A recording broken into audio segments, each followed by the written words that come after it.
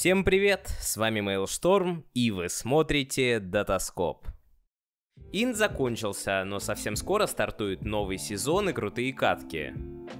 А что там вообще в доте сейчас происходит? Ответ дадут наши друзья из Cyberscore. У них вы найдете инфу по актуальным турнирам и предстоящим матчам. Ну-ка, что это тут идет? Как видите, вся необходимая инфа имеется. Ранги, ссылочка на стрим, пики, баны, преимущества и даже составы. В самом низу удобный аналитический блок, где можно посмотреть такую необычную инфу, как, например, процент игр с 4 плюс убитыми рошанами. Кстати, таких у этих команд за последнее время не было. Cyberscore еще и нас поддерживают, а ты поддержи кликом по ссылке в описании. Приятного просмотра!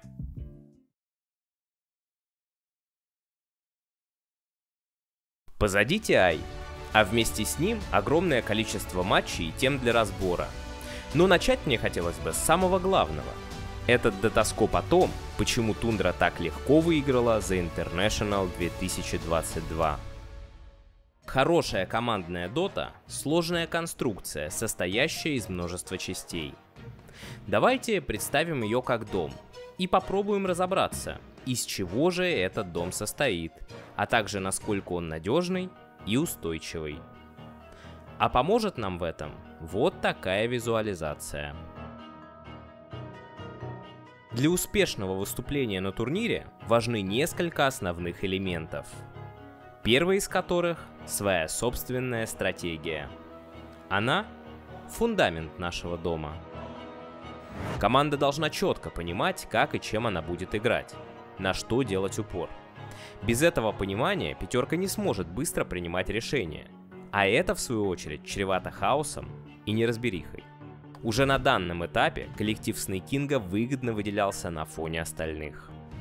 Как и у Spirit в прошлом году, у них была всего одна идея и четкие приоритеты, которые лишь немного поменялись к финалу за счет корректировки драфтов. И пока все искали некую мету и пытались разобраться в том, как она работает, Тундра уже знала, что делать. Еще на старте чемпионата тренер команды Ауи сказал, что первые матчи дали им понимание. Вся та огромная работа, проделанная коллективом перед турниром, не прошла зря, и он готов к TI на 100%. И то были не пустые слова. Так, в попытке найти нужных героев, OG за турнир пикнули 56 персонажей, а LGD аж 63. Даже консервативный Астер использовали 49 чемпионов. Тундра же ограничилась всего 42, что стало наименьшим числом среди всех команд первой восьмерки. Странно получается, я будто хвалю команду за узкий пул. Но это не совсем так. Тундре вполне хватало героев для подстройки по ситуации. Просто приоритетный костяк, основа, был изначально меньше, чем у остальных. Бруда, Дум, Визаж, Таск, Марси, Тини и Цемка в группах. В плей-офф к ним добавилась Мирана. Какие-то герои оставались в перманентном бане, остальные выбирались для игры. 7-8 пиков для опенинга, которых оказалось хватает с головой. Не было метаний между 20-30 персонажами и никакой каши в голове. Подобная уверенность является самым главным преимуществом и причиной победы Тундры на TI. Ведь этот фундамент и твердость, заложенные в драфтах, будут прослеживаться далее во всем нашем разборе. После пиков практически любая игра сводилась к одной и той же концепции. Скитер фармил, забирая как можно больше. Найн, Сакса и Снейкинг постоянно дрались, выигрывая для своего кэри пространство и время, а попутно доедая то, что не доел соперник. 33-й же старался всеми силами отнять у врага его территорию, действуя с позиции силы, либо с позиции скрытности. Тундре удавалось раз за разом реализовывать вышеописанные задачи, зачастую избегая шаблонных решений. Реализация основана на стратегии, и в нашем доме доты мы решили обозначить ее как основание первого этажа. Простой пример. Первая карта финала верхней сетки. Секрет спушили Т1 на топе, и Ниша выжил Нагу из леса. 33-й проиграл свою линию и не имел на нее влияния. Тундра организовала ганк под Moonlight Shadow, объяснив Эмберу, что он зашел не в тот двор. Параллельно с этим Бруда воспользовалась положением в лесу Radiant и начала давить мид, тем самым вынудив суппортов Secret стягиваться в центр. Пупей решил ответить и забрать вышку соперника в миде. Однако, потратив кучу ресурсов, Secret убили лишь 2 героев поддержки, практически не нанеся урона мид-таверу.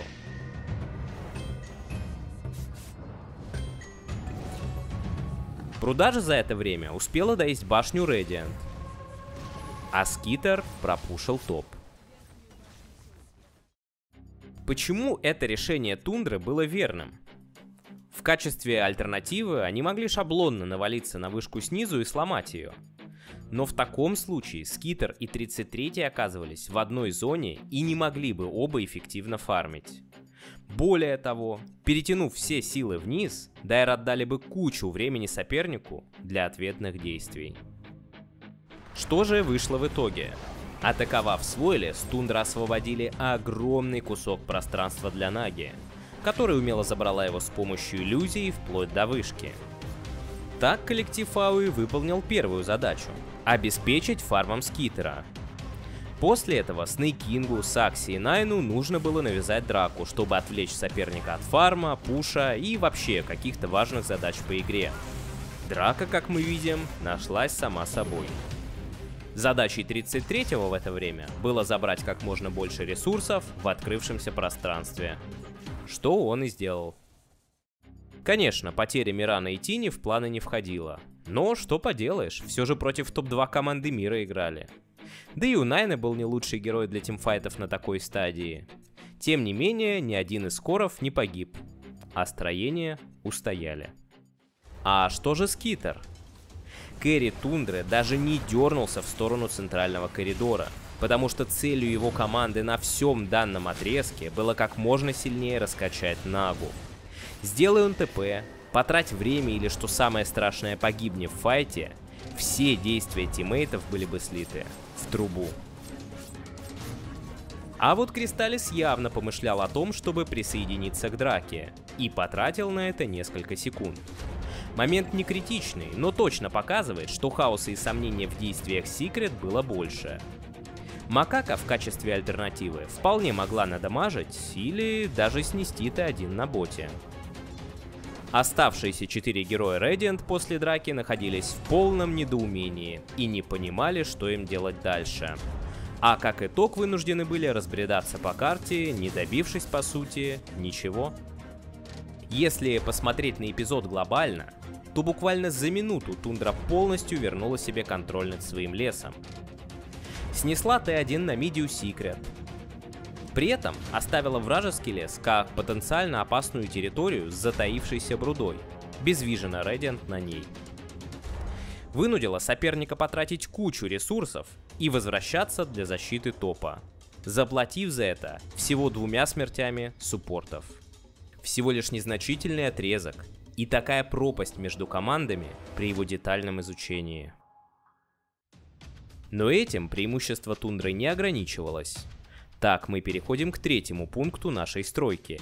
Им станет каркас здания, или же игра в конкретной ситуации. Просматривая первую карту гранд-финала, я обратил внимание на эпизод с 15:00 по 19:30. За 4,5 минуты, без массовых драк, перевес северян над секретными увеличился аж на 5000, что очень много. А вот так изменились нетворсы игроков. Как видите, каждая из позиций Дайр заработала в разы больше. И объяснить подобное 2 фрагами Тундры на этом отрезке вряд ли получится. Давайте посмотрим, как это вышло. Лич практически бесцельно пробегал все время. Из каких-то более-менее интересных действий можно выделить отмену телепорта и постановку 2 вардов, один из которых был тут же сбит. Тини также носился по карте, занеся в свой актив один воткнутый опс. Хотя нет, его отмечать мы не будем. Мирана, помимо уже рассмотренного дивардинга, успела отпушить топ, поучаствовать во фраге на Лишраке и убийстве Энигмы. Но по сути килл на Резоле засетапила Белка, профармив перед этим бот. Саппорты Тундры еще и успели синхронно завардить Огрызок и лес Рэдиант. Энигма толкнула бот, мид, и, как вы уже знаете, погибла в лесах Т2 Таверия, в то время как Тайд поучаствовал в килле на нише, забрал тавер, профармил лес и надамажил Т2 снизу. Лишрак и Таск действовали примерно одинаково, собирая фарм на карте. Но, как вы уже знаете, синий олень подставился на миде. Пудж качался как мог, но без Аганима никак не мог угнаться по скорости за Нагой. А в конце эпизода погиб и был разменен на Таска.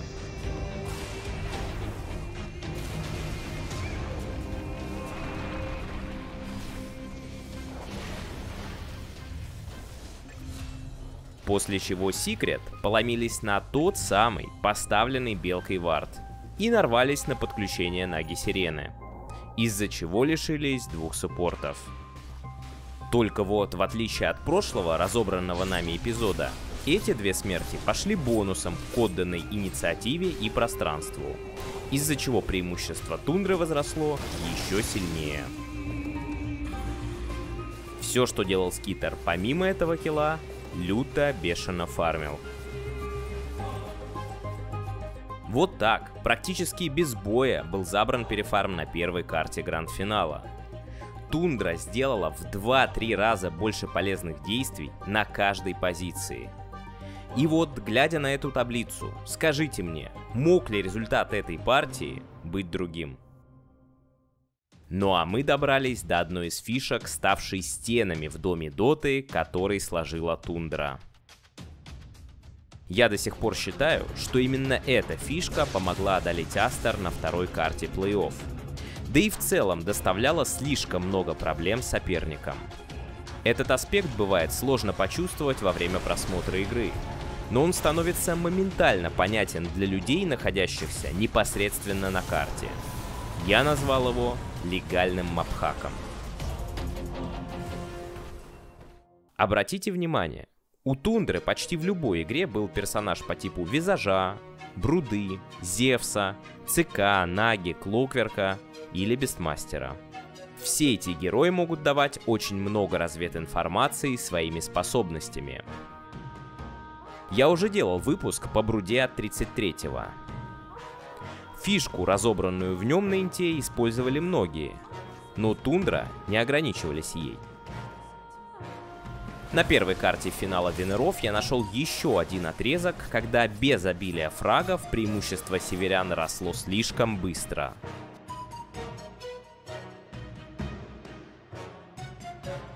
А на 42-й минуте, при равенстве киллов, они вообще вели 17 тысяч. Какая-то магия, не иначе.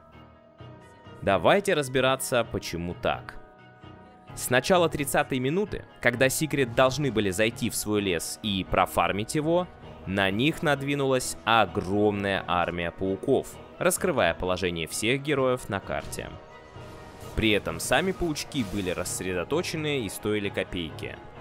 Подобная ситуация неизбежно внушила Секрет страх, что на них могут напасть. А учитывая в пуле врага Мирану, это нападение могло произойти откуда угодно. Инстинктивно Radiant прижались друг к другу и к базе. В то время как Дайр, напротив, видя всех героев соперника, четко понимали, где они могут фармить. Чтобы исполнить подобное, нужно, конечно, обладать определенным скиллом и сыгранностью. Но мне все же интересно, как, по вашему мнению, это законтрить? Напишите в комментах. Мне кажется, единственный вариант никогда в принципе не пытаться играть в дележку карты и макроигру с этой командой, постоянно навязывая давление и драки. Secret, кстати, так и пытались действовать, но их мастерства и скорости не хватило. И еще одна особенность, о которой хотелось бы поговорить. Обозначим ее на нашей схеме как каркас крыши, а в доте как тактику дистанционного боя. Рассмотрим ее в 4 представленных ниже эпизодах. В первом из них Тундра заметили смоук соперника и, прочитав его передвижение, грамотно разревелили завесу. А после красиво расстреляли тени с дистанции. Похожим образом был убит Resolution в уже разобранном нами моменте. А также Кристаллис в его концовке. Обратите внимание, как северяне вкидывают спылы, словно проверяя на прочность соперника. Очень красивая игра, в которой фраг забирается или в размен на спылы, или же с минимальными ответными потерями. Но настоящим произведением искусства я считаю вот этот эпизод на 11-й минуте первой карты последнего матча TI. Тундра напала на Пуджа и отступила сразу, как только увидела 2 телепорта. В итоге Secret оказались внизу втроем и вынуждены были долго разбредаться по карте. Лишь Рак и Лич остались без свитка, да еще и с кулдауном на нем. А Дайр просто вернулись и наломились на Пуджа, полностью осознавая, что ему уже никто не поможет. Ведь телепортов у союзника уже не было. Так просто и так красиво. Кстати, закончили турнир тундрийцы по сути таким же мувом, выманив на себя нишу, после чего неожиданно на него напав. Вишенками на торте нашего разбора станут исполнения и тимфайты, олицетворяющие кровлю и наружную отделку нашего домика. Зачастую даже хорошая стратегия заходит в тупик из-за серии неудач, как, например, произошло на 25-й минуте первой карты финала Венеров. Тундра оказалась прижата к базе, а инициатива уплывала из рук. В таких ситуациях все может исправить лишь крутое исполнение в драке. Качественный тимфайт — это прежде всего грамотная реализация накопленных ресурсов и имеющихся способностей. Именно под этим углом мы и рассмотрим битву, которая вышла очень насыщенной по количеству действий и решений. Вот наши сетапы. С ними вы уже знакомы. Прямо перед дракой Дизраптор купил себе Лотус, Таск Блинк, Нага приобрела Тараску и Тундра прожали смоки. Давайте взглянем на пик Secret. Каждый персонаж был по-своему важен, но только у одного имелся сейф. Все верно, у Таска. А значит, ему помочь было некому. При этом, из-за покупки блинка незадолго до файта, байбек у Зайца отсутствовал. Настало время для контратаки Secret. У Тундры не было явного фронтлейнера. Тройка Бруда уж точно не подходила на роль танка. Поэтому Мирана вышла вперед. Неудивительно, ведь у Мираны было 3 липа и доступен выкуп.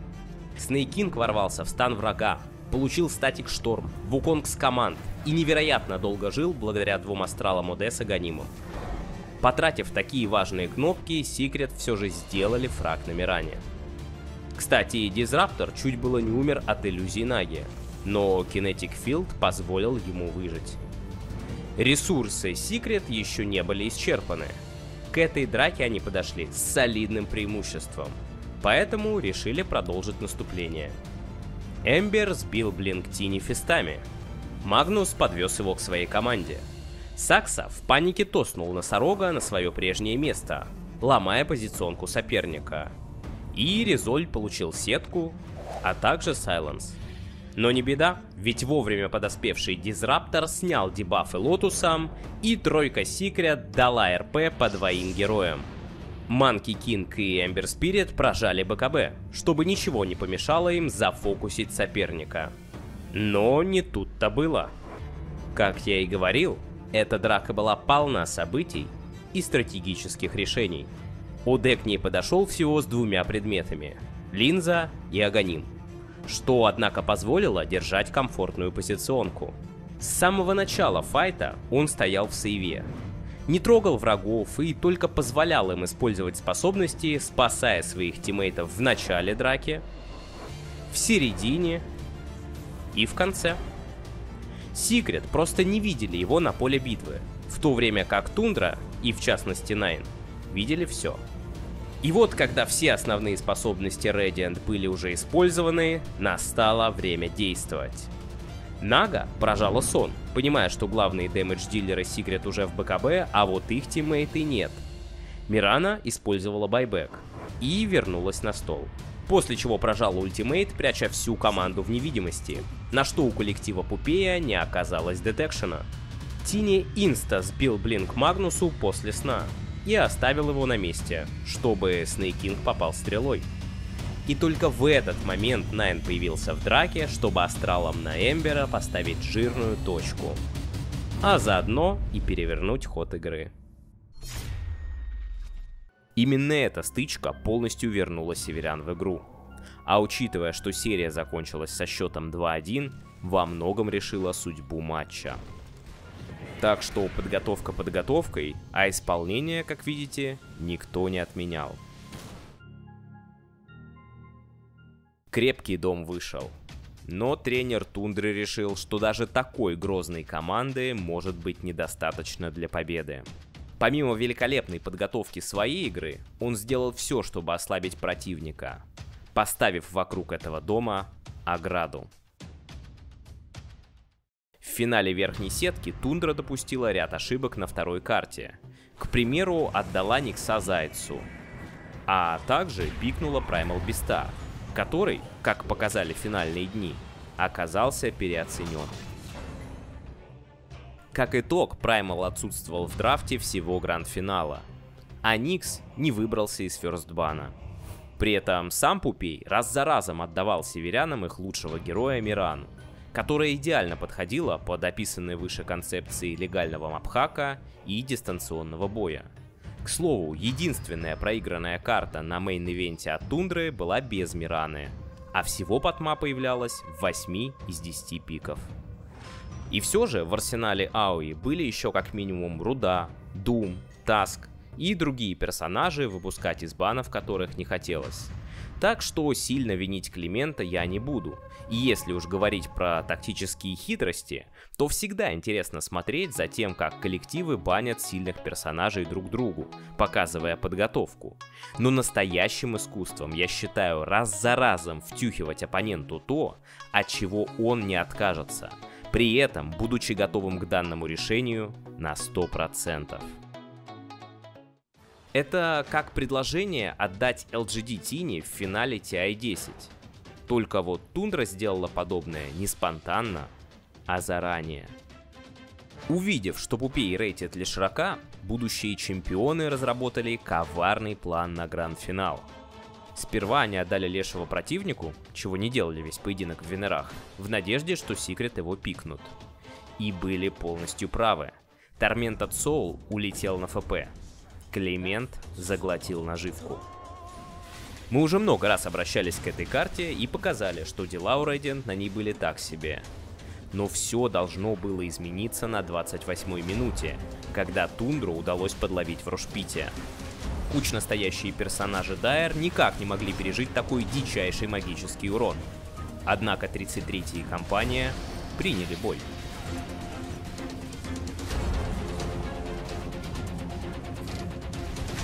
Только благодаря фантастическому исполнению северян у них не погиб ни один герой. Был забран Аегис и Рошан, а все противники, кроме Лича, отправились в таверну. Но микро мы уже разбирали. Сейчас я покажу вам, что принять битву в лоб было не просто осознанным, но и на 100% верным решением. Основной урон в файте наносили Пудж, Лич или Шрак. Причем большая его часть была магической. Точно подсчитать сложно, поэтому мы взяли цифры из файт-рекапа и добавили к ним немного с учетом барьера пайпа. Я проверял, все плюс-минус сходится. В любом случае нам важна не столько точная цифра, сколько посмотреть, что с ней стало. А стало вот что. Этот дамаг был снижен дебафом Mage Slayer и Рейспактом. Не буду грузить вас формулами и просто скажу, что данные артефакты лишили Secret 45% исходящего урона. К слову, Mage Slayer срезал не только магию, а дэмэдж любых способностей, а пакт вообще весь урон, даже физический. Но это другая история.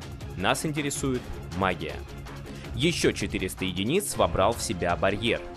От оставшегося персонажи Тундры получили лишь 2/3, так как их резист был поднят пайпом с базовых 25 до 36%. Что же касается самого 33-го, его сопротивление магии составило аж 69%.